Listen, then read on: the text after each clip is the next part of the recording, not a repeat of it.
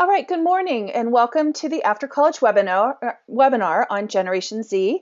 My name is Stephanie Peterson and I'm going to be giving you the webinar today. I'm so glad you are able to join us. Before we get started, I wanted to let you know that we will be recording this webinar. So if for some reason you need to jump off in the middle, you can always come back and watch the rest of it later. And you can also share it with your colleagues if they think they would find this interesting.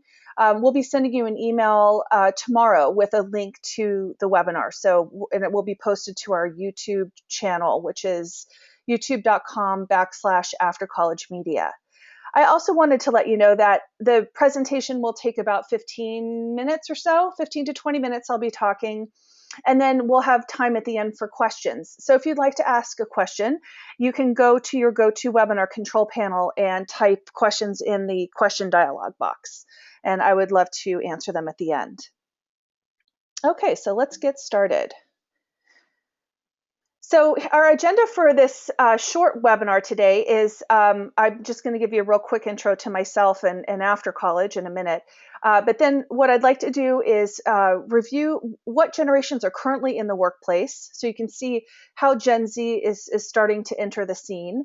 We'll go over a high-level introduction to Generation Z, and we'll talk a little bit about what they care about, what's important to them. We'll talk a little bit about their approach to college and education. And then we'll talk a little bit about engaging or communicating with them and how that's different than millennials or Gen Y.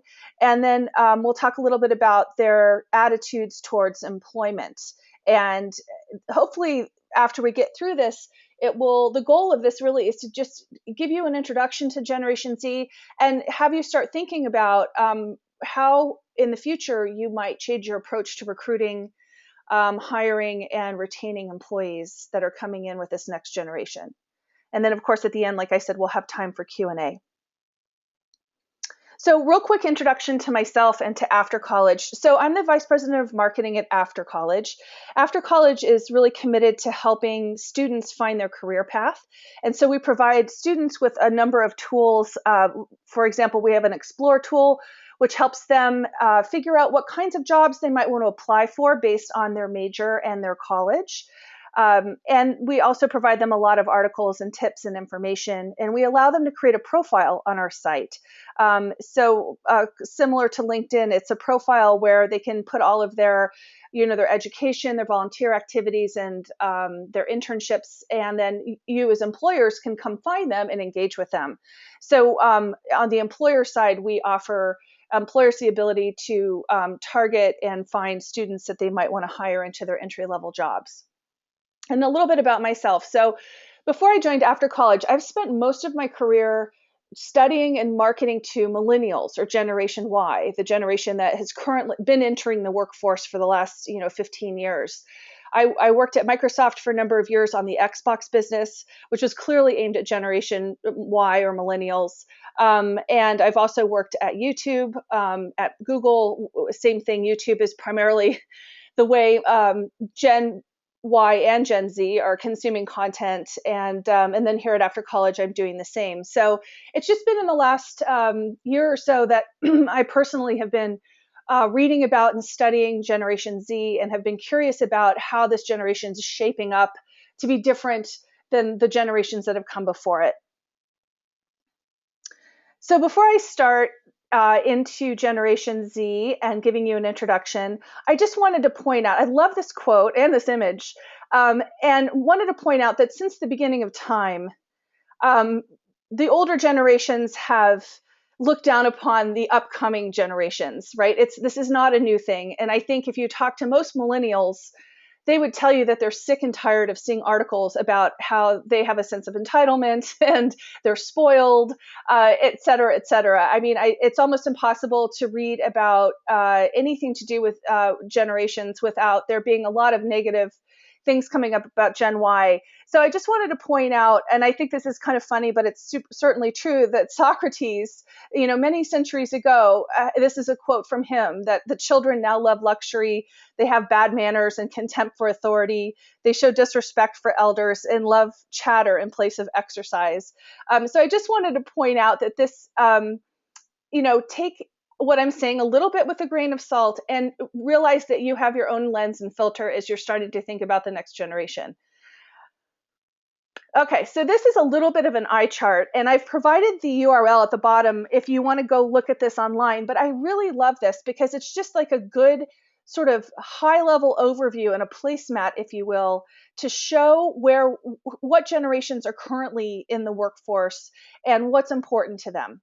Okay, so I'd like to draw your attention to the second row of this sheet, and focus really on who is in the workforce at this point. So like obviously the biggest generation right now is Generation X. That's my generation, at 35%.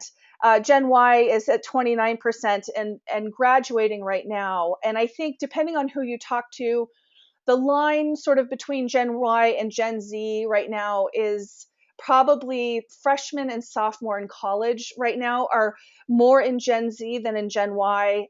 So in the next year or two, you're going to start seeing Generation Z graduating from college and entering the workforce if they haven't done so already, if they've skipped college. So that's the first thing I wanted to point out here.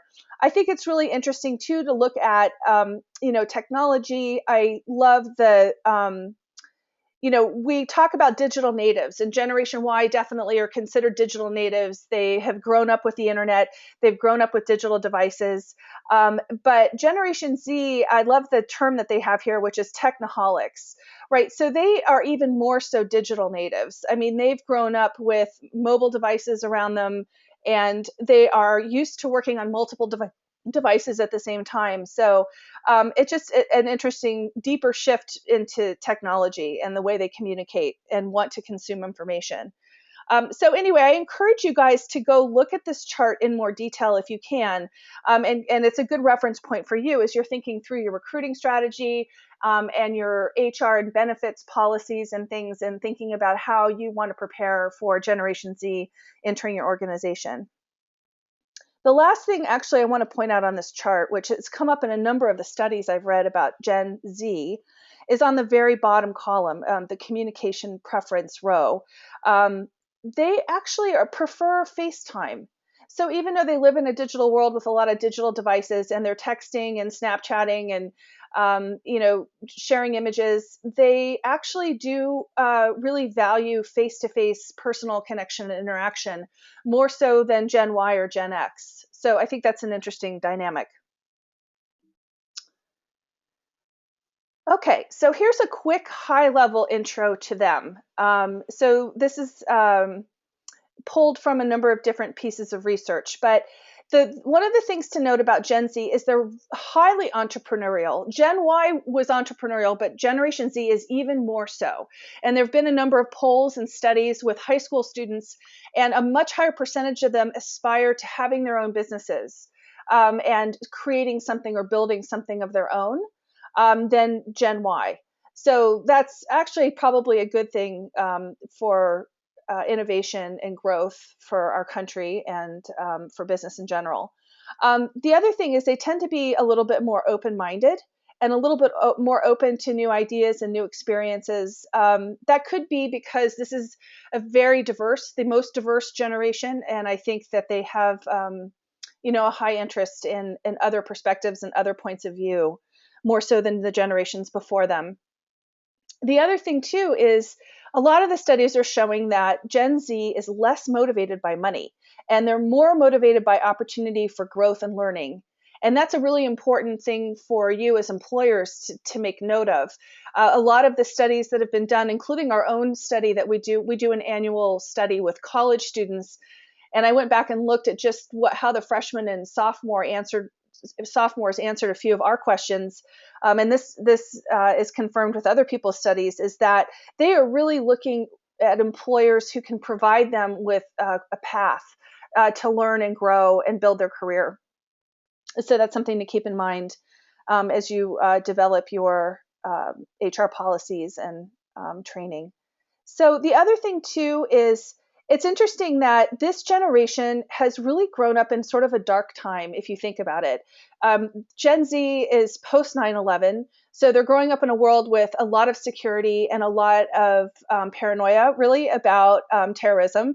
They're growing up in a very difficult economic time, and they've seen a lot of their older siblings have to, the millennials that have gone to college and kind of followed the formula, but ended up having to move back home with mom and dad.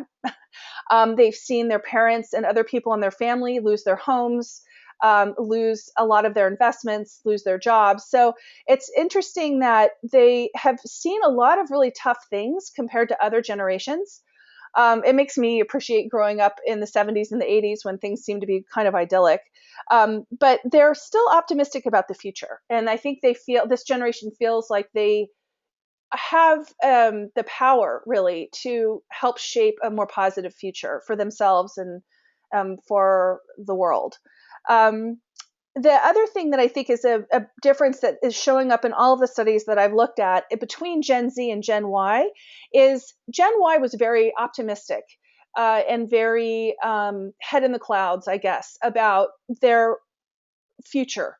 But I think because Gen Z is growing up in sort of a dark or tough time, they are much more realistic about their career, about their lives. They're more pragmatic and more realistic about it. So I think that's another thing that's interesting to note as well. So what do they care about? They do care about helping and giving back. So there's a great study by Sparks and Honey that you can Google and find. They did a study with 16 to 18-year-olds, and a very high percentage of them are volunteering. And a much higher percentage of them want their jobs to have a positive impact on the world. So you saw this with Gen Y, where Generation Y also very much cares about the world and doing good in the world and having some meaning and feeling like they're contributing to making the world a better place in their jobs. But I think again, Gen Z is even more committed to that than Gen Y was. They're very globally aware and they care a lot about the planet. I think it's hard to deny, with a lot of the things that have gone on just with, crazy storms and the weather and things like that, it's very clear now, right now, and becoming very obvious to them and probably the rest of us that we need to save our planet. They're economically conscious as well, in addition to being environmentally conscious. Because we've gone through tough economic times, throughout many of their childhoods and adolescence, they're much more aware of what's going on economically across the world, and even just within their own finances and their own family finances. The other thing that I think is really interesting is they're not very brand loyal. There is a lot of room for smaller brands and smaller companies to come in and get a share of their wallet and a share of their money. So that's going to make it an interesting challenge for a lot of big brand advertisers. So here's a little bit about Generation Z and how they think about college and how they're approaching college. So, there's still a high percentage, so still 8 out of 10 of them are planning on going to college, and 75% think the cost is worth it. However, they are realistic about the challenges of going to college, the challenges of paying back their student loans, and then the challenges of looking for a job and making their investment in their college really pay off for them. They've seen their older brothers and sisters in the millennial generation struggle with this. And so, again, they're coming in with a more realistic approach to their job search and their career. The other thing is they're thinking about education in sort of a more personal way. So, they're obviously spending an awful lot of time in social media, but colleges really need to keep up with helping students develop a more personal educational experience. And a high percentage of them are realizing that they think college is valuable, but they do realize that they're graduating from college lacking some of the vital skills that they need to succeed in the workplace. So a lot of them they see the world as their classroom, meaning they are spending a lot of time teaching themselves or going outside of college to learn the skills that they feel like they need to learn. And the good news is obviously there's a ton of resources online that enable them to do that virtually for free. So this generation is very self-sufficient. They're very good at researching and finding their own solution to problems because they have Google at their fingertips and the internet at their fingertips. So a lot of them have a DIY, do it yourself approach to learning, to kind of supplement what they're learning in college. And I think that's good news for those of you as employers, because that means that, if you're getting candidates who don't have skills, they can quickly learn them and figure out how to get them, or they may be coming to you with skills that the generation before them didn't have, those practical skills that they need to do well in their careers.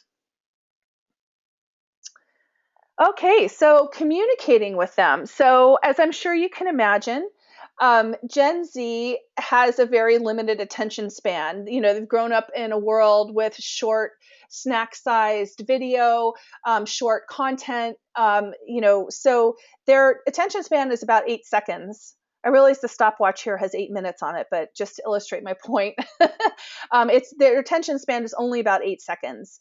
So, what's important is to engage with them across multiple platforms, especially if you're looking at recruiting.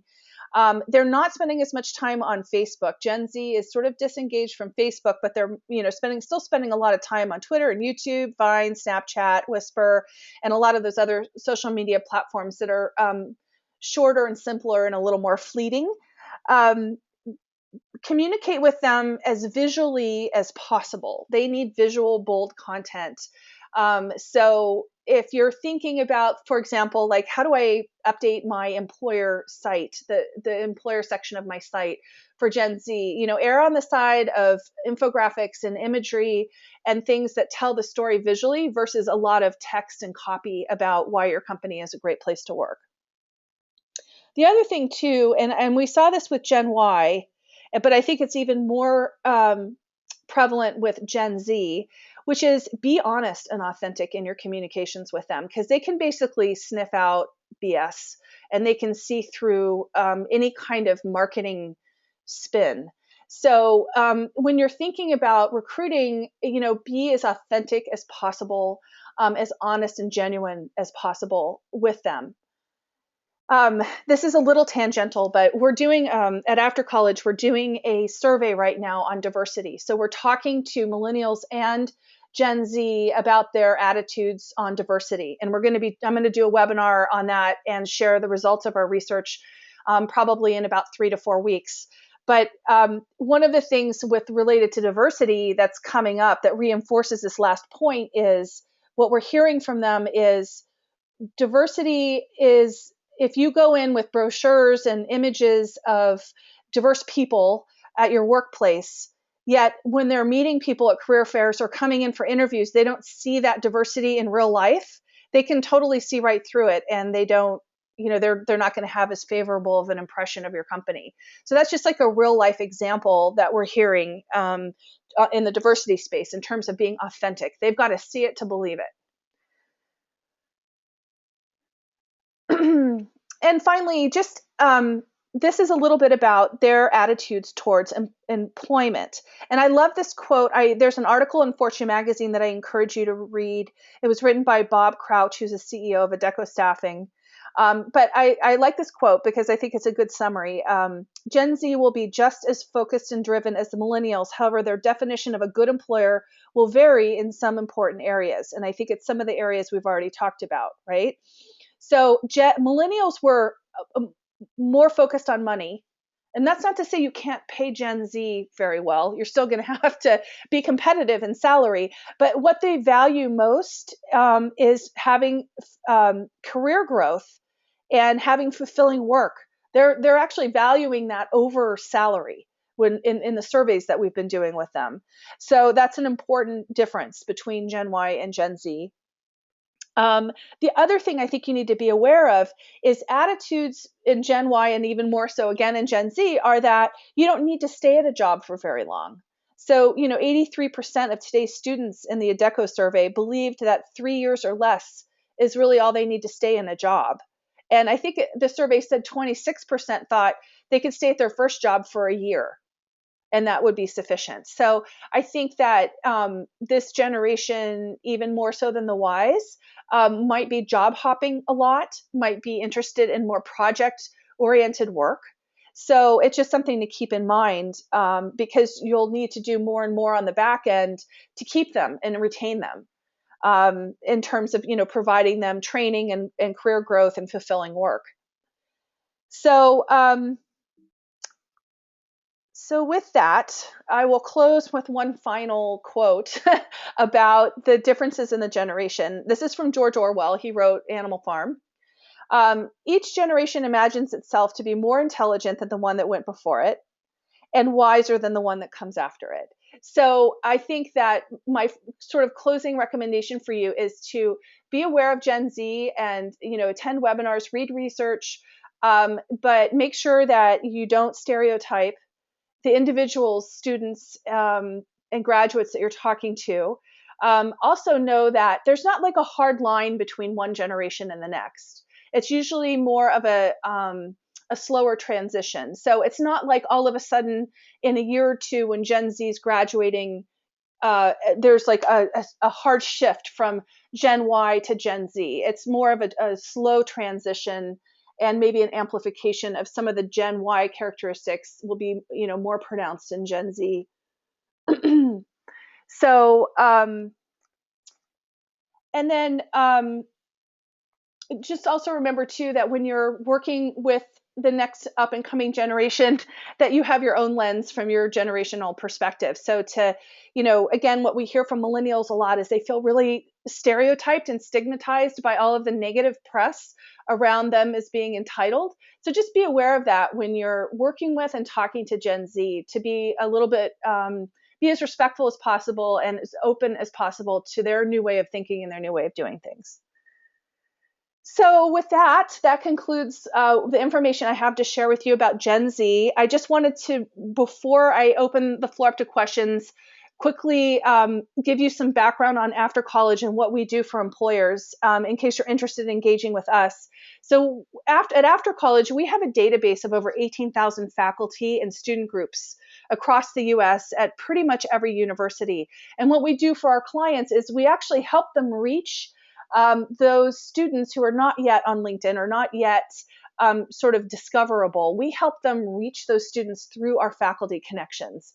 And faculty, we have partnerships going with faculty, and they love to forward job opportunities and internship opportunities onto their students, because most professors feel some sort of an obligation to help their students beyond just teaching them. They want to help them get started in their careers. So they're actually a really great channel for us. And we've done a lot of work in helping employers reach these college kids that are hard to reach otherwise. So if you're interested in learning more about how we can help you with that, just go to our website, which is aftercollege.com, and you can contact us if you want to learn more and get a demo, or you can we have chat functionality on our site. So if you just want to ask a few questions, we have somebody on our talent solutions team who can talk to you about that. So thank you so much again for attending today.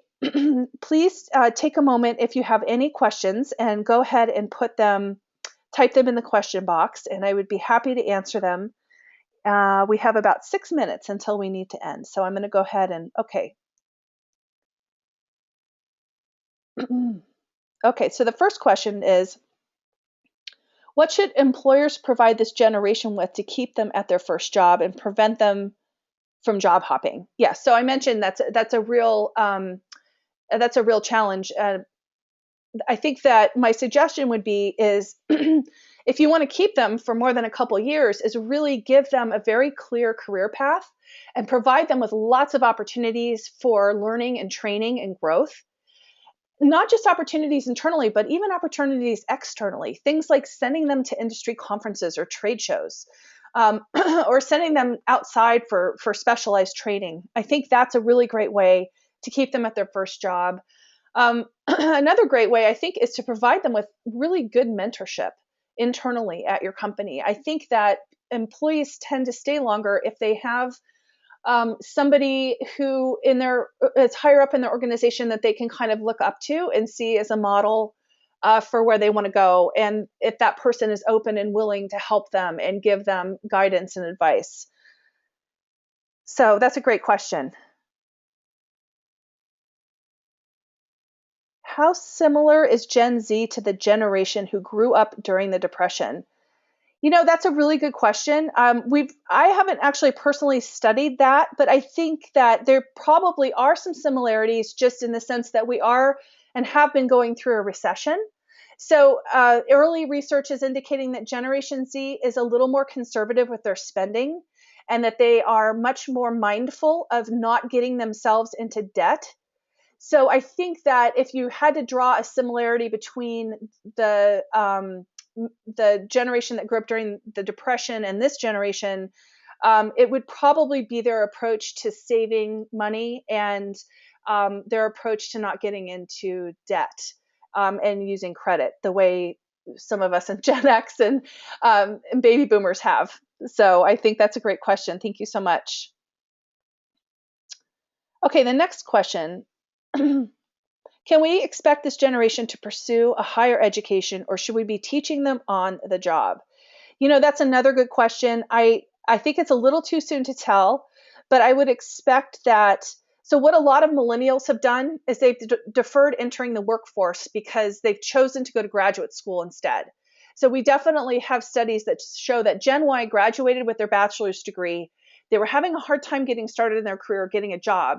So a lot of them were like, you know, let's just borrow more money and go to graduate school. And then, of course, they get out of graduate school with some of the same challenges in terms of getting a job. So I, I don't have any hard research on this, but I think that we might see fewer of Gen Zs going straight into graduate school, unless they're studying in an area where graduate school is required. So like if they want to go into law or medicine or something like that, where you just sort of have a path of study that takes you straight through. But I don't know. I mean, that's a good question. I just think it's a little too soon to tell what they're going to do. But again, they're more pragmatic, so they may try to get their career started, and then maybe later in their career decide whether or not they want to go back to graduate school.